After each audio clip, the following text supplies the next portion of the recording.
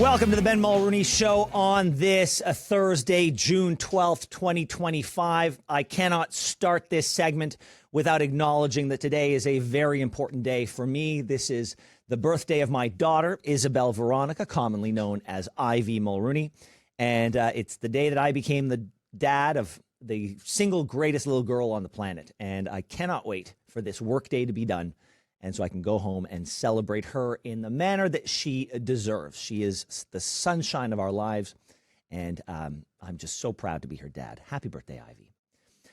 Donald Trump is saying that his long-awaited deal with China, trade deal with China, is done. So apparently trade envoys from both China and the United States have been hard at work in London trying to strike a deal that could pave the way to the resumption of rare earth exports to the U.S. from China. China has a stranglehold on a lot of the rare earth minerals that the U.S. needs to fuel its IT economy. So it looks like this thing is done.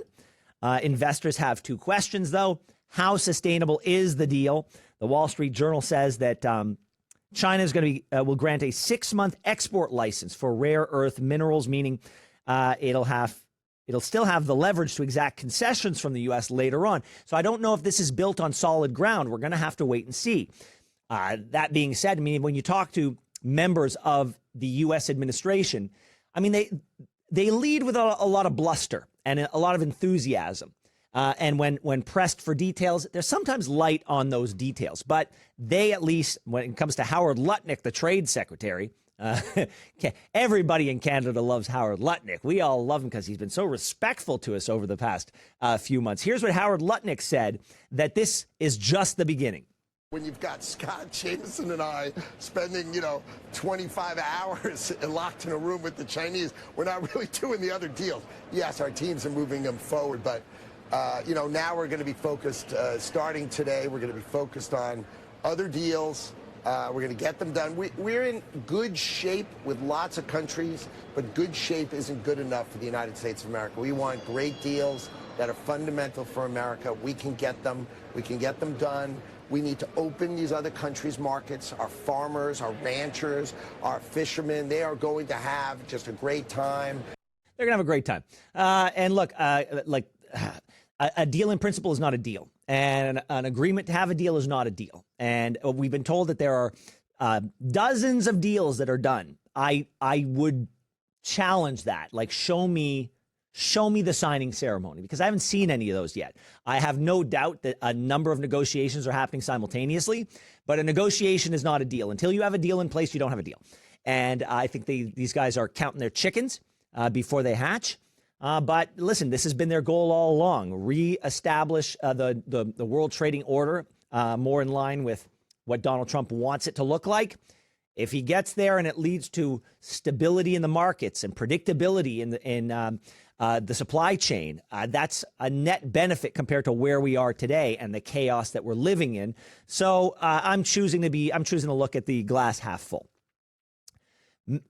Manitoba Premier Wab Kinew, I've been saying this for months. The more he talks, the more I like him. This man sounds like a national leader.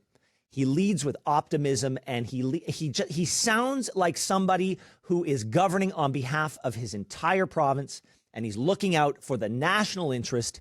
And he's the type of guy who, if he sees a choke point, if he sees somebody who isn't on board, he seems like somebody who's going to roll up his sleeves and try to get everybody to a yes. And we need more of those people in this country, regardless of their political stripes. And there is a poll that came out that said, I'm not the only one who likes this guy. He has a 68% approval rating, the highest among all the premiers. And I'm glad that a young, energetic premier from a place like Manitoba that doesn't often get the national spotlight is being regarded with such high esteem. And I want to give you an example of why I like this guy so much. Listen to him talking about the Hudson Bay Energy Export Terminal and how it could be a unity project for the entire country. A corridor would bring a road, all-season road, a transmission line, probably a pipe, broadband together within a right-of-way to travel through northern Manitoba to get to Tidewater and to send our electricity to the west. So when we're talking about decarbonization, that's probably the big opportunity for Canada, is for us to send low-carbon electricity to Saskatchewan and Alberta. And when we're talking about powering our Canadian economy, the opportunity is probably about sending resources from Alberta and Saskatchewan through Hudson Bay to the European Union and other international markets. Yeah, and I love that. I love that bold optimism. And don't forget, we have been forced into this position because Donald Trump has made us reevaluate how we deal with ourselves and each other and within our own borders. And this is a man who seems to be taking the baton and leading from the front. Not for nothing, he's an NDP premier. So I want you to hear how bullish he is on this project only being able to work in partnership with the private sector. Listen to the language he uses as he describes the value of the private sector within this project. The approach that we're going to take is to be agnostic and to turn to the private sector and say, okay, here's the broad strokes of a corridor, and now you, using the ingenuity and the innovation that the private sector brings, you help us sort through these different challenges and answer these questions. So if there's going to be a port on Hudson Bay, you tell us what is the best location that will allow for year-round service. Is it the Port of Churchill with an icebreaker? Is it the Port of Nelson? Is it some other solution there? If we're looking at the routes through northern Manitoba, we have a broad consensus, I'm sure, that it's going to be in the northern part of our province at a slight diagonal going towards the east. But what is the actual route? Let's have the private sector pitch their solutions. So everyone around the country should admire this guy as it relates to him being a national figure, a national leader on these big national unity, national infrastructure projects. I'm very bullish on this man. And look, there are a lot of people looking for a savior for the federal NDP.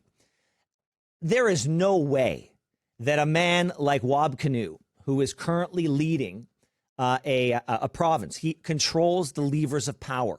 He is in a position of authority, in respect. He is in constant contact with his other provincial analogs, as well as Mark Carney's government. He's currently has an opportunity to grow the Manitoba economy as the leader of that province. There is no way a guy like that would ever leave that opportunity that he has right now, that he earned, to go rebuild the rump, the husk of the former NDP federally, that right now is in debt, has 7 members in the House of Commons, is being dominated by a one-issue group of pro-Palestinians, and is not concerned with the work. I mean, they have an identity crisis, the likes of which I haven't seen in a very long time. So there's no way a guy like that would give up what he's got to take on the selfless work and the thankless work of rebuilding a party that even if it rises to the level of Jack Layton, at best may one day compete to form opposition, never to form government in Canada. But I'm sure that there are federal NDP members that are salivating at the prospect of it. It'll never happen. And that is that's a shame for them, but certainly not for the people of Manitoba. And given how central we're going to need these leaders to be on these national projects of national importance in terms of infrastructure, we need him as the premier of that province. I salute you, Wab Kinew, and I hope to God somebody tells you what I'm saying on this show, because I want to have you on the Ben Mulroney Show. I want to pick your brain, and I want to get to know you. Thanks so much for watching the show. Now, if you enjoyed what you saw, hit that subscribe button so you never miss another episode of the Ben Mulroney Show.